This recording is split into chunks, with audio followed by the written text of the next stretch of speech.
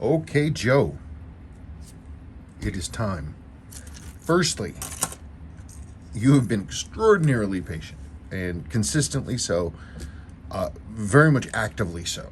It's hard to explain how someone can be actively patient, but you were actively patient. So thank you. It is time.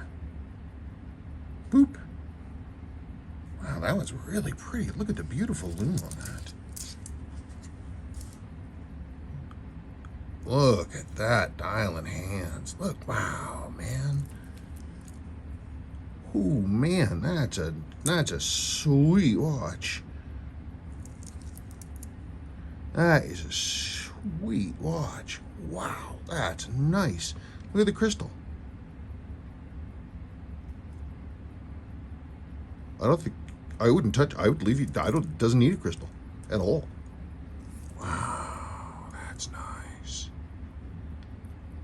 That's pretty. That is pretty. Ooh, that's super cool. Also, speaking of super cool, I don't think I've ever actually seen one of these in person, besides this one. That is a funny old beast. Yeah, 7019, 8030. So it has the, yeah. 7019 is sort of a precursor movement. It's almost a 7S movement, but it's just not called 7S. It's the precursor to it. Boy, but that's a pretty watch. That's cool. Wait, when was this? 1970. Wow. So, I mean, basically, geez, you can push the sort of genesis of the 7S that far. Neat. Vertical side brushing. High polish tops. Vertical side brushing. That's a really nice watch. You know, what's weird is I've never, besides this, I've never seen another one, but I've owned one of these rotating rings in, I think, new old stock condition for 15 years. I wasn't even aware what it went to. That is a cool watch. That's a cool watch. We've got, I think, this one the loom's not, I need to look at the loom. Well, you got some, ooh boy.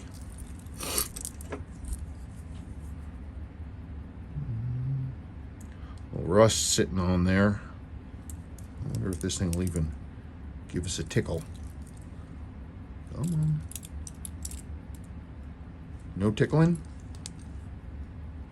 Oh yeah, the calendar's totally frozen. Look, the two hands are trying to move together.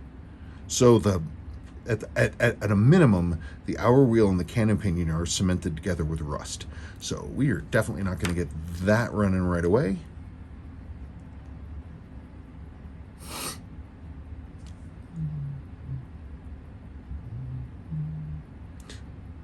Yeah, look at that. And the quick set's not working. I don't know what we're going to find inside this. Just for fun. I guess I'm opening this one first.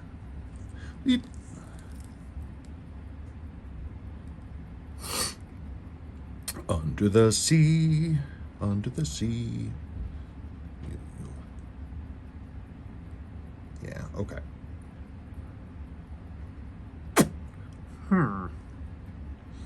Okay, well, we got our work cut out for us.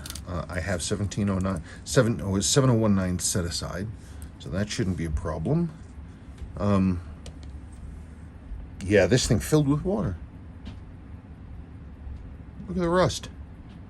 So I don't know what I'm going to find here. I really don't. This is one of these situations where it might simply be easier for me to find another 7019 here that is in good condition, isn't a great model, has a good movement, and restore that movement. That's it, because the thing is, okay, yeah, maybe I might be able to free all this stuff up and clean it up, but water does crazy damage to movements, and it's, you know, you're going to have all kinds of potentially weird pitting on pivots and all kinds of things. And even if I get it running, there's a chance it just won't ever really run very well without replacing everything. So we could just preemptively swap movements, be the same era, same type, look the same, everything else like that. I have no idea what I would even begin to ask for that, but I'm sure we can work something out. Or if you're really wanting to keep this original, I can strip it, I can rip it apart, and we can go. This one, I don't think it's going to be any kind of a problem. Come on. Well, I could be wrong.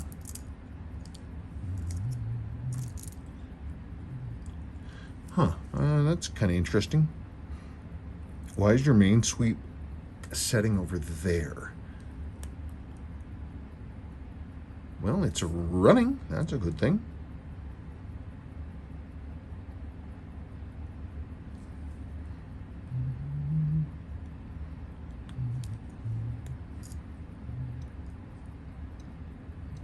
Okay.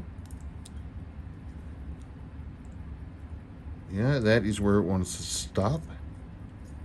Okay. I don't know what's up with that, but at least it's running, right? So I think, therefore, since I'm going to be waiting to hear back from you on this watch, which way you want to try to go, I'm going to start on this one.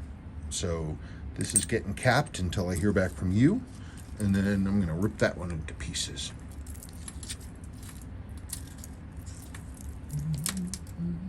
That's a cool watch. That really is a cool watch. That's pretty wacky.